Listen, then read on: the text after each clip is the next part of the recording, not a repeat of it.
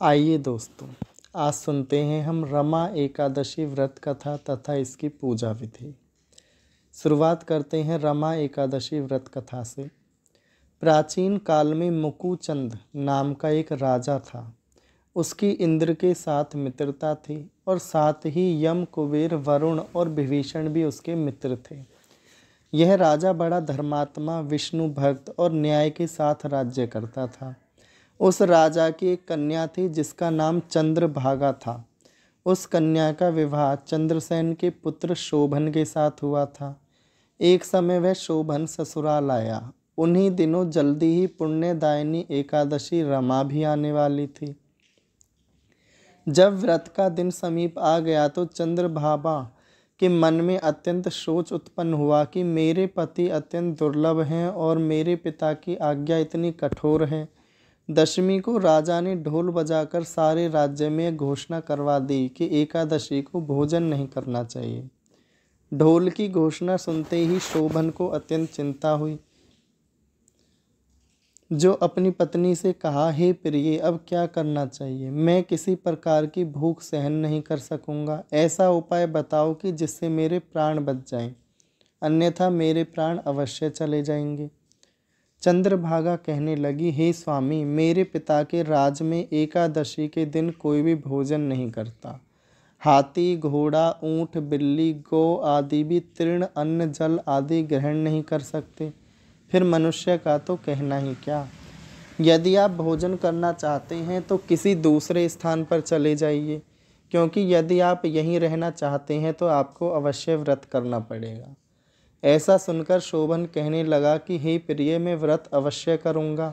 जो भाग्य में होगा वह देखा जाएगा। इस प्रकार से विचार कर शोभन ने व्रत रख लिया और वह भूख व प्यास से अत्यंत पीड़ित होने लगा। जब सूर्य नारायण अस्त हो गए और रात्रि को जागरण का समय आया, जो वैष्णवों के लिए अत्यंत हर्ष देने वाला था, परंतु शोभन के लिए अत्यंत दुखदायी हुआ।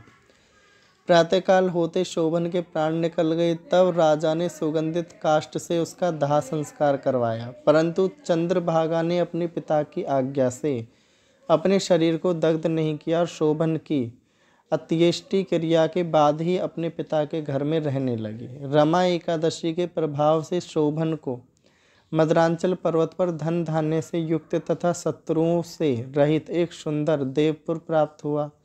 वह अत्यंत सुंदर रतन और वैदुर्य मणि जड़ित स्वर्ण के खंभों पर निर्मित अनेक प्रकार की स्टफिक मणियों से सुशोभित भवन में बहुमूल्य वस्त्र भूषणों तथा छत्र व चंवर से विशोभित गंधर्व और अप्सराओं से युक्त सिंहासन पर आरूढ़ ऐसा शोभायमान होता था मानो दूसरा इंद्र विराजमान हो। एक समय मुचुकुंद नगर में रहने वाले एक सोम शर्मा नामक ब्राह्मण तीर्थ यात्रा करता हुआ घूमता फिरता उधर जा निकला और उसने शोभन को पहचान कर कि यह तो राजा का जमाई शोभन है, उसके निकट गया।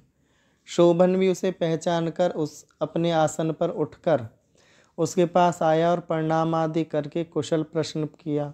ब्राह्मण ने कहा कि राजा, मुचुकुंद और आपकी पत्नी कुशल से हैं, नगर में भी सब कुशल हैं, परंतु हे राजन, हमें आश्चर्य हो रहा है। आप अपना वृत्तांत कहिए। ऐसा सुंदर नगर जो ना कभी देखा ना सुना आपको कैसे प्राप्त हुआ? तब शोभन बोला कि कार्तिक कृष्ण की रमा एकादशी का व्रत करने से मुझे यह नगर प्राप्त हुआ, परंतु यह अस्थिर है। यह स्थिर हो जाए ऐसा कुछ उपाय बताइए। ब्राह्मण कहने लगा कि हे राजन, यह स्थिर क्यों नहीं है और कैसे स्थिर हो सकता है, आप बताइए, फिर मैं अवश्य यह उपाय करूँगा। मेरी इस बात को आप मिथ्या ना समझिए। शोभन ने कहा कि मैंने इस व्रत को श्रद्धा रहित होकर किया है, अतः यह सब कुछ अस्थिर है। यदि आप मुचुकुंद की कन्या चंद्रभागा को यह सब वृत्तांत कहें तो ये स्थिर हो सकता है। ऐसा सुनकर उस श्रेष्ठ ब्राह्मण ने अपने नगर लौटकर चंद्रभागा से सब वृत्तांत कह सुनाया। ब्राह्मण के वचन सुनकर चंद्रभागा बड़ी प्रसन्नता से ब्राह्मण से कहने लगी कि हे ब्राह्मण, ये सब बातें आपने प्रत्यक्ष देखी हैं, स्वप्न की बातें कर रहे हैं? ब्राह्मण कहने लगा कि हे पुत्री, मैंने महावन में तुम्हारे पति को प्रत्यक्ष देखा है, साथ ही किसी से विजय ना हो ऐसे देवताओं के नगर के समान उनका नगर भी देखा।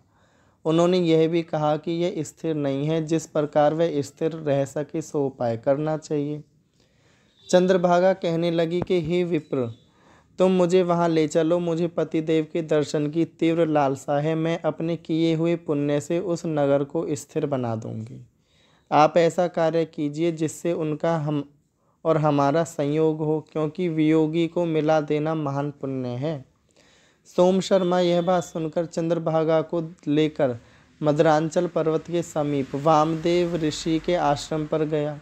वामदेव जी ने सारी बात सुनकर वेद मंत्रों के उच्चारण से चंद्रभागा का अभिषेक कर दिया। तब ऋषि के मंत्र के प्रभाव और एकादशी के व्रत के से चंद्रभागा का शरीर दिव्य हो गया और वह दिव्य गति को प्राप्त हो गई।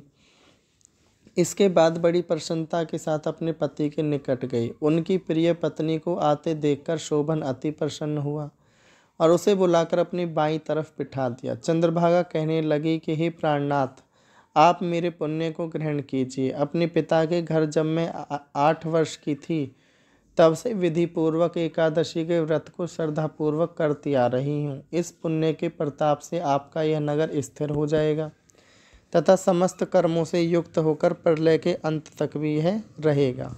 इस प्रकार चंद्रभागा के ने दिव्य आभूषणों और वस्त्रों से सुसज्जित होकर अपने पति के साथ आनंद पूर्वक रहने लगी।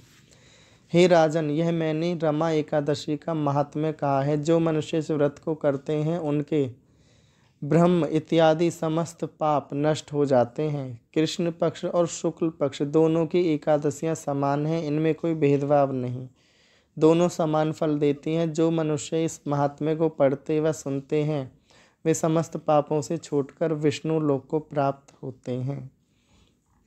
अब हम सुनेंगे रमा एकादशी की पूजा विधि। एकादशी के दिन सुबह स्नान करें तथा उसके बाद पूजा शुरू करें। पूजा में धूप, दीप, तुलसी के पत्तों, दीप, नैवेद्य, फूल और फल आदि चीज़ों का ध्यान रखें।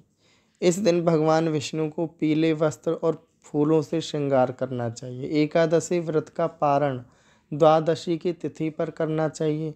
मान्यता है कि माँ लक्ष्मी के नाम रमा पर ही रमा एकादशी मनाया जाता है। एकादशी का व्रत विधि विधान करने इसके सभी प्रकार की आर्थिक दिक्कतें दूर होती हैं। आज की यह व्रत कथा यहीं समाप्त होती है।